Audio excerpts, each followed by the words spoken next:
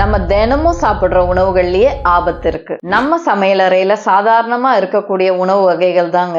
இதுல அதிர்ச்சியான விஷயம் என்னன்னா, இந்த வகை உணவுகளை சாப்பிட்ட பின்னாடி நமக்கு ஒரு ஆபத்து ஏற்பட்டுச்சுன்னா அது இந்த உணவுகளை சாப்பிட்டதுனாலதான் வந்தது அப்படிங்கிறது கூட நிறைய பேருக்கு தெரியாது. நம்ம தினமும் சாப்பிடக்கூடிய அந்த 5 ஆபத்தான உணவுகள் என்ன அப்படிங்கறதையும், இந்த உணவுகள் எதனால விஷத்தன்மை கொண்டதா மாறுது, அது நமக்கு ஆபத்தாகும் போது காட்டக்கூடிய அறிகுறிகள் என்னென்ன, முக்கியமா இந்த உணவுகளை எப்படி பாதுகாப்பா நம்ம பயன்படுத்தணும் அப்படிங்கறதையும் பார்க்கலாம். வீடியோவை கவனமா பாருங்க. நான் கடைசியா சொல்ல போற உணவு ரொம்ப ரொம்ப ஆரோக்கியமான உணவு அப்படின்னு உலகமே நம்பக்கூடிய ஒரு உணவு தான். ஆனா அந்த ஆரோக்கியமான உணவுலயும் என்ன ஆபத்து இருக்கு அப்படிங்கறத நான் கடைசியா சொல்றேன். சப்ஸ்கிரைப் பண்ணாம புதுசா யாராவது பார்த்துட்டு இருக்கீங்கன்னா சப்ஸ்கிரைப் பண்ணிக்கோங்க. கூடவே அந்த பெல் ஐக்கானையும் கிளிக் பண்ணிக்கோங்க. எந்த உணவையும் நம்ம சரியா பயன்படுத்தும் போது அது பாதுகாப்பான ஒரு உணவா தான் இருக்கு. ஆனா நம்ம தவறான முறையில பயன்படுத்தும் போதும், அளவுக்கு அதிகமா பயன்படுத்தும் போதும் தான் அதுல இருந்து நமக்கு ஆபத்துகள் உண்டாகுது.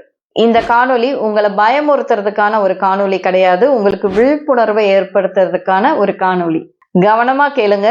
இதுல நான் சொல்ல போற 2-3 உணவுகள் உங்க வீட்டு கிச்சன்ல கூட இருக்கலாம். சரிங்க, அது என்னென்ன உணவுகள் அப்படிங்கறத தெரிஞ்சுக்கணும்னா டேஞ்சர் அப்படின்னு கமெண்ட் பண்ணுங்க. முதலாவது உணவு கிரீன் பொட்டேட்டோஸ், அதாவது பச்சை நிற உருளைக்கிழங்கு. இந்த வகை உருளைக்கிழங்கு பச்சை நிறத்துல இருக்கும், நிறைய இடத்துல முளைத்து இருக்கும், கண்கள் போல இருக்கும். நம்ம தினமும் வாங்கக்கூடிய உருளைக்கிழங்குலயே சில உருளைக்கிழங்கு பாத்தீங்கன்னா முழுசுமே பச்சை நிறத்துல இருக்கும்.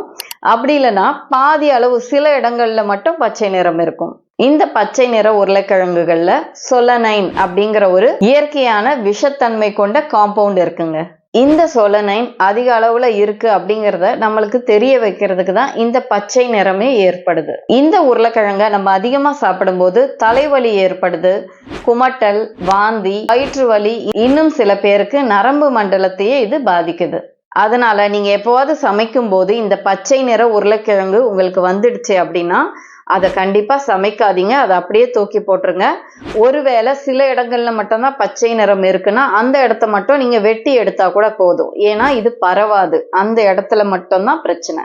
இந்த உருளைக்கிழங்கு பெரிதளவுல குழந்தைகளை பாதிக்குது. அடுத்த உணவு நிறைய பேர் உபயோகப்படுத்திட்டு இருக்கிறது தாங்க. ஆனா அதை ரொம்ப சிறிய அளவுல தான் நம்ம பயன்படுத்துவோம். ஆனா அதோட அளவு அதிகமாயிடுச்சுன்னா அது அதிக ஆபத்தை கொடுக்கறதா இருக்கு. அதுதாங்க ஜாதிக்காய். ஜாதிக்காயை நம்ம எதுல பயன்படுத்துவோம், பிரியாணி சமைக்கும் போது நம்ம பயன்படுத்துவோம். அப்படி இல்லைன்னா பாரம்பரியம் மிக்க சில இனிப்பு வகைகள் இருக்கு இல்லைங்களா, அதெல்லாம் செய்யும் போதும் நம்ம ஜாதிக்காய் பொடியை பயன்படுத்துறோம். ஆனா நம்ம ரொம்ப குறைஞ்ச அளவுல மட்டும் அதை பயன்படுத்துறதுனால நமக்கு எந்த ஒரு உபாதைகளும் ஏற்படுறது கிடையாது. பொதுவாகவே தூக்கம் சில பேருக்கு வரல, அஜீரண கோளாறுகள் அதிகமா இருக்கு அப்படின்னாவே இந்த ஜாதிக்காய் பொடி இருக்கு இல்லைங்களா, அதுல சிறிதளவு மட்டும் எடுத்து பால்ல கலந்து குடிப்பாங்க. நம்ம சாப்பிடுற சப்ளிமெண்ட்ஸ்ல எல்லாம் கூட சில இடத்துல இந்த நட்மெக் அப்படின்னு மென்ஷன் பண்ணியிருப்பாங்க. அந்த மாதிரி நட்மெக் அப்படின்னு போட்டிருந்தா நீங்க அதோட அளவு எவ்வளவு சேர்த்திருக்காங்க அப்படிங்கிறத பார்த்து அதன் பிறகு நீங்க அதை பயன்படுத்துங்க. இந்த ஜாதிக்காயை அதிக அளவுல நம்ம பயன்படுத்தும் போது நரம்பு மண்டலத்தை இது பாதிக்குது. சில பேருக்கு தலை சுற்றல் ஏற்படுது, குமட்டல், வாந்தி, நிலை கொள்ளாம இருக்கிறது. சில பேருக்கு பாத்தீங்கன்னா இதய துடிப்பு ரொம்ப வேகமா இருக்கும். சில பேருக்கு பாத்தீங்கன்னா ஹாலுசினேஷன்ஸ் ஏற்படுது. அது எப்படின்னா அவங்களுக்கு வினோதமான சத்தங்கள் கேட்டுட்டே இருக்கும் காதுல. ஆனா அந்த இடத்துல அப்படி ஒரு ஆளே இருக்க மாட்டாங்க, ஆனா யாரோ பேசுற மாதிரி சத்தங்கள் அவங்களுக்கு கேட்கும். அதே மாதிரி தாங்க சில விஷயங்கள், நடக்காத விஷயங்கள் எல்லாம் அவங்க நடந்த மாதிரி அவங்களுக்கு தோணும். அந்த மாதிரி ஒரு குழப்பமான மனநிலை ஏற்படுது. ஜாதிக்காய் ரொம்ப ஆரோக்கியமான ஒரு உணவு தான். ஆனா அதை நீங்க அதிக அளவுல பயன்படுத்தும் போதுதான் இந்த பிரச்சனைகள் ஏற்படுது. அதையே நீங்க சரியான அளவு பயன்படுத்தினீங்கன்னா அது உங்க உடம்புக்கு ரொம்ப ரொம்ப நல்ல விஷயங்களை செய்யுது. நான் சொல்ல போற அந்த 3வது உணவு இந்த ஜாதிக்காயை விட அதிக ஆபத்து கொண்டதா இருக்கு. அதுதாங்க பிட்டர் ஆல்மண்ட்ஸ், அதாவது கசப்பான பாதாம். நம்ம வழக்கமா பாதாம் பருப்பு வாங்கி சாப்பிடுவோம் இல்லைங்களா, அது ஸ்வீட் ஆல்மண்ட்ஸ் அப்படின்னு சொல்லுவாங்க. அது ஒரு இனிப்பு சுவையோட இருக்கும். ஆனா மற்றொரு வகையோட பேரு தான் கசப்பு பாதாம். அளவுல பாத்தீங்கன்னா நம்ம எப்பவும் சாப்பிட்றத விட இது சிறிதளவுல இருக்கும். நம்ம எப்பவும் சாப்பிடுற பாதாம் பருப்பை விட இதோடைய முனைகள் ரொம்ப கூரா இருக்கும். இந்த வகை பாதாம் பருப்புகள்ல இருக்கக்கூடிய சில காம்பவுண்ட்ஸ் சயனைடை ரிலீஸ் பண்ணுது. உங்க எல்லாருக்குமே நல்லா தெரியும் சயனைடு அப்படின்னாவே அது விஷம் அப்படின்னு. இந்த கசப்பு சுவையே நமக்கு கொடுக்கக்கூடிய ஒரு வார்னிங் தாங்க. இப்ப நீங்க ஒரு பாதாம் பருப்பு சாப்பிட்டுட்டு இருக்கீங்கன்னா அதுல கசப்பு தன்மை வந்தாவே நீங்க அதை கண்டிப்பா சாப்பிடாதீங்க. ஏன்னா சில நேரங்கள்ல நம்ம வழக்கமா சாப்பிடுற பாதாம் பருப்புகள்லயும் இந்த வகை பாதாம் பருப்புகள் கலந்து வரும். இந்த வகை பாதாம் பருப்பை நம்ம சிறிய அளவுல சாப்பிட்டா கூட அது நமக்கு ஆபத்தானதுதான். இதை நீங்க சாப்பிடும்போது தலை சுற்றல், வாந்தி, குழப்பம், அப்புறம் சில பேருக்கு பாத்தீங்கன்னா மூச்சு விடுறது ரொம்ப சிரமமாகுது. சில பேருக்கு இது உயிருக்கே ஆபத்தானதா மாறுதுங்க. உடல் பலவீனமா இருக்கிறவங்க, குழந்தைகள், இவங்க எல்லாம் ரொம்ப சிறிதளவு இந்த பாதாம் பருப்பை சாப்பிட்டா கூட அவங்களுக்கு அது பெரிய அளவுல ஆபத்தை உருவாக்கக்கூடியதா இருக்கு. அதனால எப்ப நீங்க பாதாம் பருப்புகள் வாங்கினாலும் நம்பகத்தன்மை கொண்ட இடத்துல இருந்து வாங்குங்க. அடுத்த உணவும் ரொம்ப ஆரோக்கியமான உணவு அப்படின்னு சொல்லப்படக்கூடிய ஒரு உணவு தாங்க. அதுதான் கிட்னி பீன்ஸ், ராஜ்மா அப்படின்னு இதை சொல்றாங்க. இந்த கிட்னி பீன்ஸ்ல நிறைய ஊட்டச்சத்துகள் இருக்கு, அது உண்மைதாங்க. ஆனா அதை நீங்க சரியான முறையில சமைச்சா மட்டும்தான். வேக வைக்காத ராஜ்மாலையும் சரியா வேகாத ராஜ்மாலையும் லெக்டின் அப்படின்ற ஒரு காம்பவுண்ட் இருக்குங்க. இதனால சரியா வேகாத கிட்னி பீன்ஸை நீங்க சாப்பிட்டீங்கன்னா கடும் வயிற்று வலி ஏற்படுது. இந்த கிட்னி பீன்ஸை பொறுத்த வரைக்கும் நீங்க எப்படி சமைக்கிறீங்க அப்படிங்கிறது தான் இதுல ரொம்ப ரொம்ப முக்கியமான ஒரு விஷயம். இதை நீங்க பாதுகாப்பா சமைக்கணும் அப்படின்னா சமைக்கிறதுக்கு முன்னாடி ஒரு 8 to 10 மணி நேரம் நீங்க கண்டிப்பா இதை ஊற வைக்கணும். நீங்க ஊற வச்ச பின்னாடி இதை சமைக்க போறீங்க அப்படின்னா அது ஊறின தண்ணீர் இருக்கு இல்லைங்களா, அது எல்லாத்தையுமே கீழே ஊத்திடுங்க. அதன் பிறகு இந்த ராஜ்மாவை நீங்க 4-5 வாட்டி நல்லா கழுவணும். இந்த ராஜ்மாவை நீங்க எப்ப வேக வச்சு எடுத்தாலும் அது நல்லா மெத்துன்னு மென்மையா ஆகணுங்க.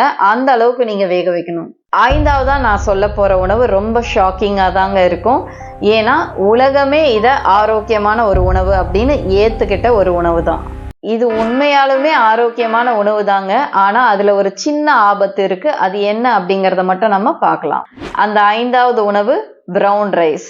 நான் சொல்ல போற விஷயங்களை கவனமா கேளுங்க. நீங்களா ஒரு முடிவுக்கு அதுக்குள்ள வந்துடாதீங்க. பொதுவாகவே அரிசியை விளைவிப்பாங்க இல்லைங்களா, அந்த சமயத்துல மண்ணுலயும் தண்ணீர்லயும் இருந்த ஆர்சனிக் அப்படிங்கிற ஒரு காம்பவுண்ட இந்த அரிசி ஸ்பாஞ்சில தண்ணீரை எப்படி உறிஞ்சி வச்சுக்குமோ அதே மாதிரி உறிஞ்சி வச்சுக்குது. பல தானியங்களும் இதை செய்யுங்க. ஆனா அரிசி மட்டும் 10 மடங்கு அதிகமா இந்த ஆர்சனிக்கை தக்க வச்சுக்குது. இந்த பிரவுன் ரைஸ்ல இருக்கக்கூடிய ஆர்சனிக் ஒயிட் ரைஸை விட 80% அதிக அளவுல இருக்கு. இந்த ஆர்சனிக் பிரவுன் ரைஸோட வெளிப்புற லேயர்ல மட்டும்தாங்க இருக்கும். இப்போ ஒயிட் ரைஸை பாலிஷ் பண்ணுவாங்க இல்லைங்களா, அப்படி பாலிஷ் பண்ணும்போது இந்த அவுட்டர் லேயர்ல இருக்கிற இந்த ஆர்சனிக் எல்லாமே நீக்கப்படுது. ஆனா பிரவுன் ரைஸை நம்ம பாலிஷ் பண்ண மாட்டோம் இல்லைங்களா, அதனால அந்த வெளிப்புற லேயர்ல இருக்கிற ஆர்சனிக் அப்படியே தான் இருக்கும். இப்படி ஆர்சனிக் அதிகமா இருக்கக்கூடிய அரிசியை நம்ம தொடர்ந்து சாப்பிட்டுட்டே வந்தோம்னா இதனால டைப் 2 டயபெட்டிஸ் ஏற்படுது, சில வகையான கேன்சரும் ஏற்படுது. சரிங்க, அப்ப இந்த ஆர்சனிக்கை எப்படி வெளியேற்றலாம்? முதல்ல இந்த பிரவுன் ரைஸை நீங்க நல்லா ஊற வைக்கணுங்க. ஒரு 2 மணி நேரமாவது ஊற வைக்கணும். அதன் பிறகு ஒரு 4 இல்ல 5 முறையாவது தண்ணீர் ஊற்றி நல்லா இதை கழுகணும். இப்படி நீங்க கழுவும் போது 10% 30% வரைக்கும் இருக்கக்கூடிய அந்த ஆர்சனிக் வெளியேறுது. 1 கப் அளவு அரிசி வேக வைக்க போறீங்க அப்படின்னா 6 கப் அளவு தண்ணீர் ஊற்றி நல்லா வேக வச்சு வடிச்சு எடுத்துடுங்க. இப்படி அதிகமா தண்ணீர் ஊற்றி நீங்க வேக வச்சு வடிச்சு எடுக்கும் போது 40-60% இருக்கக்கூடிய அந்த ஆர்சனிக் வெளியேறுது. பிரவுன் ரைஸ் மோசமானது கிடையாதுங்க. பிரவுன் ரைஸை நம்ம கையாளுற விதம் மோசமானதா இருந்துச்சுன்னா அதோட விளைவுகளும் மோசமா இருக்கும். சில சமயங்கள்ல நம்ம பயன்படுத்துற உணவுகள்ல பிரச்சனை இருக்காது. அதை நம்ம எப்படி ஸ்டோர் பண்ணி வைக்கிறோம், எப்படி அதை கையாளுறோம், எப்படி சமைக்கிறோம், எந்த அளவுல அதை எடுத்துக்கிறோம் அப்படிங்கறதும் முக்கியமான ஒரு விஷயம்.